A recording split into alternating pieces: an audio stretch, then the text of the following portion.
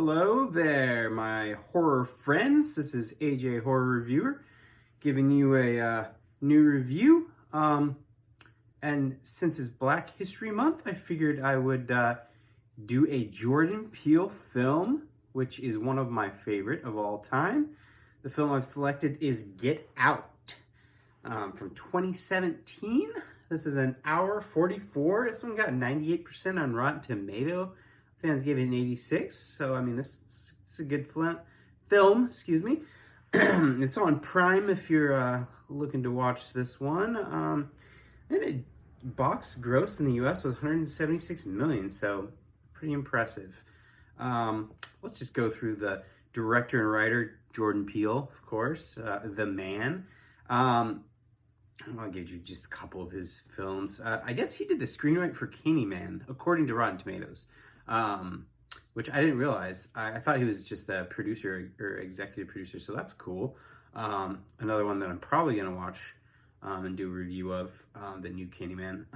Of course, we've got Nope, which the more I watch that one, the more I really start to like it more. So if you've only seen it once and you're like, I don't know, I just couldn't get into it, maybe try it again. Anyways, and we have also got Us, which... Us and Get Out, or I don't know which one I like better. They're both super good and just man, great acting, great story. But let me continue here. We got the cast, main character Daniel Kaluuya, who was in Nope, and he's in Black Mirror. He's also in Judas and the Black Messiah, which was pretty good too. Let's move on to Allison Williams, who, man, she does a good job in this one too. She was in Megan, the like AI robot type movie. She's also going to be in the second one, I guess, that's coming out maybe 2025. I'm assuming. She was also in The Perfection. That's a slow burn, but pretty heavy hitting at the very end. I'll move on here. We got Bradley Whitford. Oh, I love this guy. He's so funny. He was in Cabin in the Woods. Oh man, that might be his best performance in that. But this one, he's really good too. And moving on, there's a lot of good actors. I left a couple out, but you know what, whatever. So we got Lakeith Stanfield, who is in Knives Out. He was also in Judas and the Black Messiah.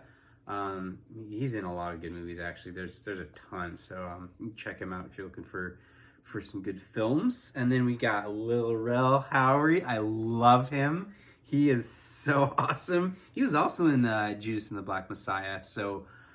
And he's a comedian, so he's done a lot of comedy movies. He's got a stand-up on HBO Max, if I'm not mistaken. It was on there because I watched it. But that's the cast for the most part, or at least the main cast, I guess. So how to go into this one? I think a lot of people have probably seen this one if you like horror, or if you like Jordan Peele. I wasn't expecting, because this was his debut like horror flick. Well, they call it thriller mystery, but you know, I feel like it has enough horror elements to be considered horror. Basically, it opens up with Lakeith Stanfield walking around the neighborhood, a very white neighborhood, and he's like, yeah, I'm lost in the suburbs.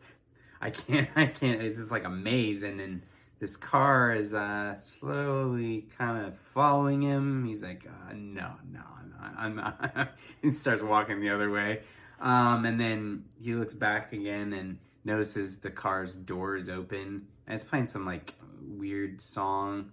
And then this dude just jumps out of nowhere that has like a night mask on and grabs him, and that's the intro.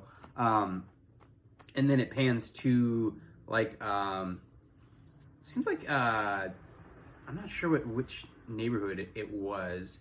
But there's like a bunch of pictures and of African American community, which is refreshing to see, especially in a horror movie. But anyways, the music, the intro music is sweet. I love it because it kind of has like a, I don't want to say creepy, but it's a nice, it has a good vibe. It just flows with the movie so well. Anyways, so basically, I don't want to go too deep into this because I don't want to give stuff away.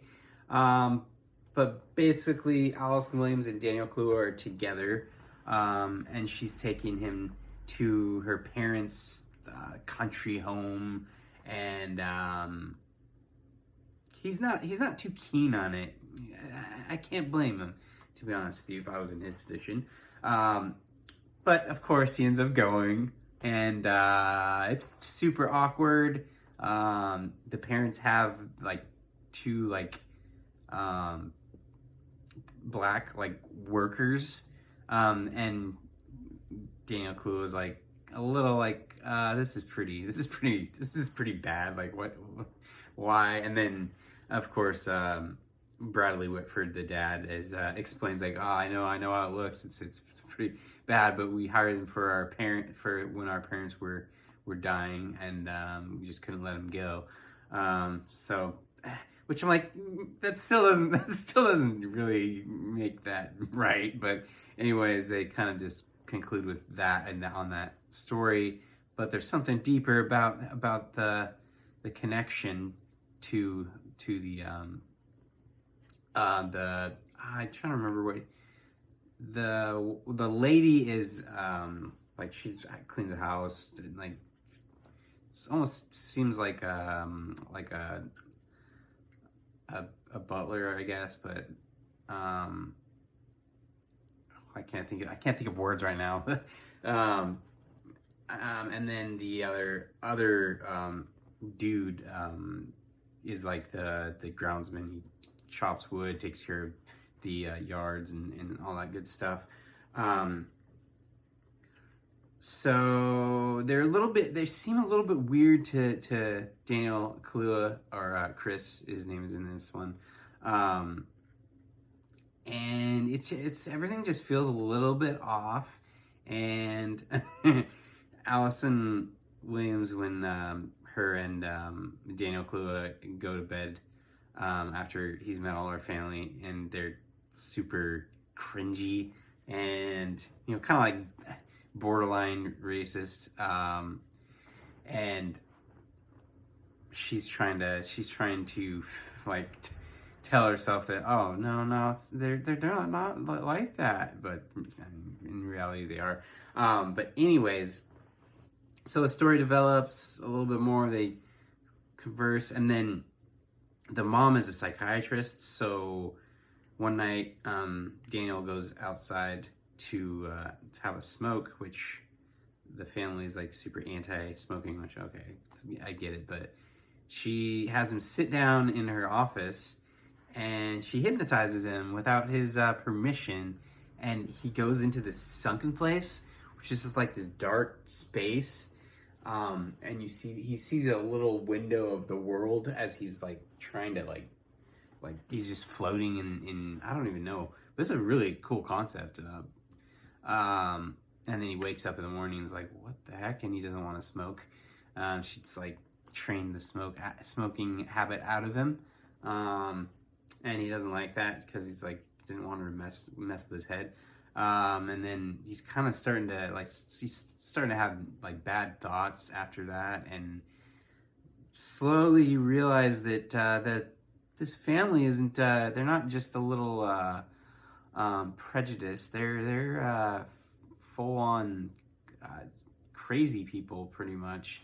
The dad is a neurosurgeon, and yeah, the wife's a psychiatrist. So anyways, at some point, there's this huge gathering of all these like old white people, and obviously Chris wants to get away because it's a little overwhelming, because they all want to talk to him, and they're a little cringy. Yeah, it's bad. It's hard to watch at some points. But he gets away with Allison. I don't know why I can't think of her name right now in the film, but Allison Williams. So they take a long walk, and Chris is like, I just want to go. I want to go. You know, like I tired of being here. Um, so she kind of is like, "Oh, are you sure?" And kind of like puppy dog eyes. And finally, he's like, "All right, I know. I'll stay for you." Blah blah blah. So jumping to another side of the story, Lil Rel is Chris's best buddy. He works for the TSA, and he has some hilarious jokes in this. His lines are pretty awesome. I think Jordan Peele did really well with that. But anyways, so Lil Rel is taking care of Chris's dog, and you know he's a little freaked out that Chris is going out to the country home of her parents because he doesn't trust it, which rightly so. So there's that storyline part of it. Just to get a reference because it's kind of important. So Chris and Allison Williams walking back to the house. It's kind of dark. It's a little weird. He's getting a little freaked out by the family because they're acting real strange. And so he goes upstairs and he finds this like cubbyhole, and he finds a bunch of pictures of Allison with all these African American dudes. Like, and she said he was the first one that she had ever dated. So he's free. He wants to get out of there, and Allison can't find the keys. She can't find the keys, and so as they get down, spoiler alert here. This is a spoiler. If you haven't seen this film, you may not want to continue on here, or at least for the next 2 minutes. I'm probably going to spoil stuff. So as we go on, Chris is like booking it, trying to get out. And the family's like, "Oh, what are you doing, Chris? Why do you leave?" And then he's getting freaked out. He's like, "Allison, get the keys. She finally pulls them out. She's like, "You know I can't give these to you, right?" And and he's like, oh, no.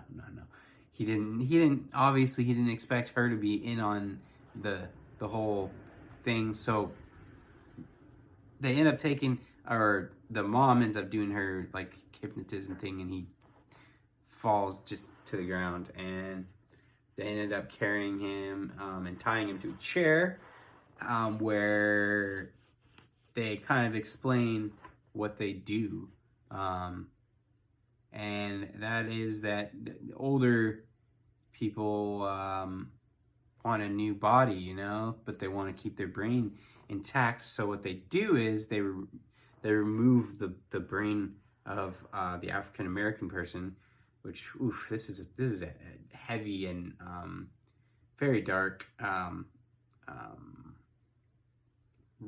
writing of a script here, which I mean, it makes you think for sure. But basically, they take the brain out and they put the old person's brain in there, and that's what the two houseworkers, African American houseworkers that the family has. They're actually their brain of their parents, of the parents are inside of the African American people, and which you when you figure that out, I'm just like, wow, this is intense. So Daniel Kaluuya is trying to get out. He figures out a way to get out, and he basically just goes nuts on the family and tries to drive away, but he has the grandmother in the car because he hit her, and he feels bad, and he's like, all right, because his mom died, and he like didn't do anything about it. So it kind of flashes back, or not flashes back, but you can tell his brain's going there. And she ends up waking up as he's driving, and they gets in a car crash, hits a tree, and he gets messed up. She's dead. And Allison Williams realizes finally that he escaped, and she's got a gun. She's shooting at him, and then the grandfather runs after Chris. And oh yeah, another portion of this that I forgot to mention was that the flash of a camera, like it does something to the neurology of the person